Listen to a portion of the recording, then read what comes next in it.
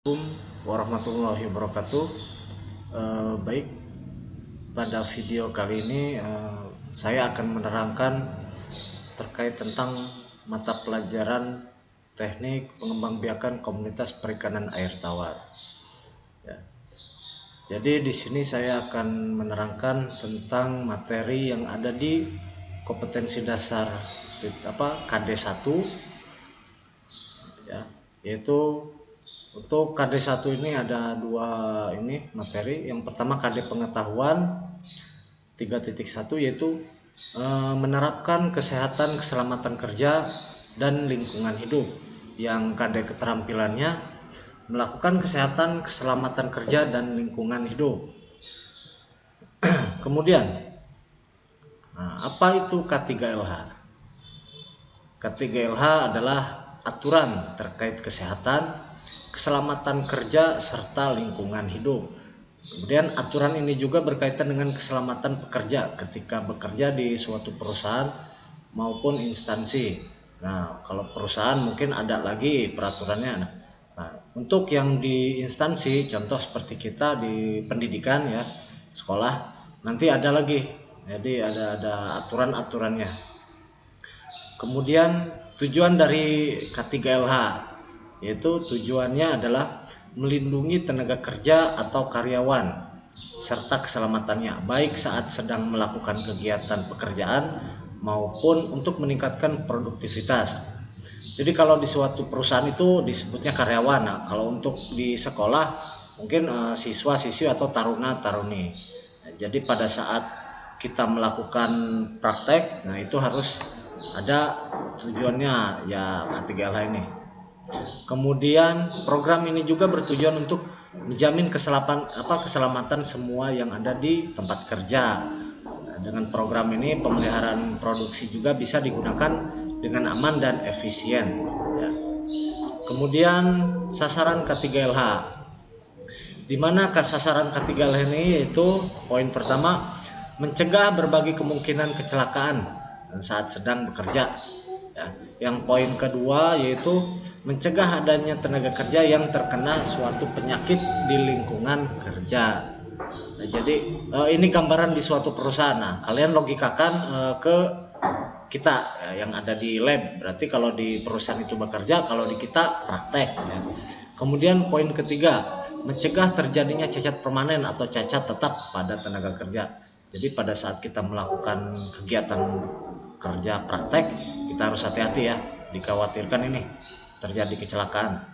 Kemudian poin keempat itu mencegah adanya kematian yang terjadi di tempat kerja. Nah, ini apalagi. Jadi yang poin keempat ini mencegah terjadinya kematian pada saat bekerja. Contoh, kita melakukan praktek dengan menggunakan listrik. Jadi misalkan seperti ini, kita lagi mau menghidupkan pompa. Nah, pada saat tersebut tangan kita basah. Nah, awas, hati-hati, yang dikhawatirkan kesetrum. Kesetrum itu kan bisa menyebabkan kematian juga, kan.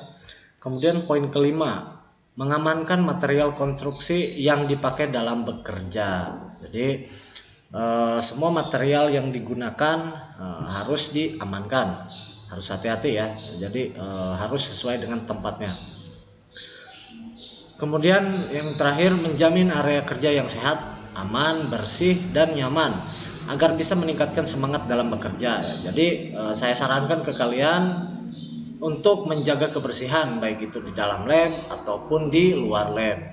Jadi supaya kita pada saat kita melakukan kegiatan praktek kita nyaman. Nah, kemudian alat dan bahan kelengkapan P3K. Nah, ini jadi ada P3K, ya. Jadi kelengkapan P3K, pertama ada obat-obatan, pasti harus ada. Kemudian ada betadin, gunting, lakban, kemudian kapas, dan lain-lain. Kemudian ada sepatu boot. Nah, sepatu boot juga berfungsi untuk agar kita pada saat kegiatan praktek tidak kepleset.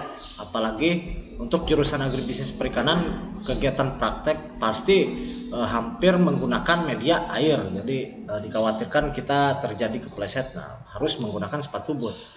Kemudian sarung tangan. Nah, sarung tangan juga bertujuan untuk mencegah terjadinya luka pada saat kita melakukan kegiatan, contoh mencuci akuarium. Nah, akuarium itu kan tajam. Nah, kalau tangan kita menggunakan sarung tangan, ya meminimalisir terjadinya kecelakaan kerja. Kemudian wear pack. Nah, wear pack ini juga harus digunakan ya. Jadi pada saat praktek semua taruna-taruni jurusan agribisnis perikanan air tawar wajib menggunakan wear pack. Kemudian, nah ini namanya APAR, alat pemadam kebakaran. Ya, jadi ini harus ada di hampir semua lab yang ada di sekolah ya, yang berguna untuk meminimalisir kebakaran yang berlebihan.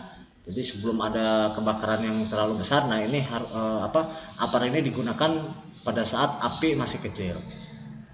Kemudian masker. Nah, masker bukan hanya digunakan pada saat di lab, apalagi pada saat sekarang ini sedang suasana pandemi COVID-19, mau kemana-mana wajib menggunakan masker ya, ini wajib juga di laboratorium.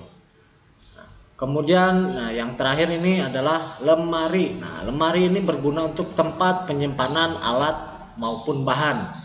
Jadi pada saat kita melakukan praktek, alat bahan wajib disimpan ke lemari penyimpanan, jangan berserakan ya.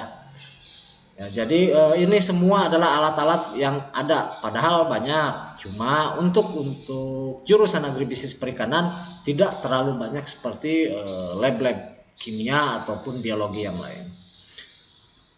Mungkin cukup sekian pemaparan materi di KD1 di mata pelajaran Teknik Pengembangbiakan Komoditas Perikanan Air Tawar. Kurang lebihnya mohon maaf. Wassalamualaikum warahmatullahi wabarakatuh.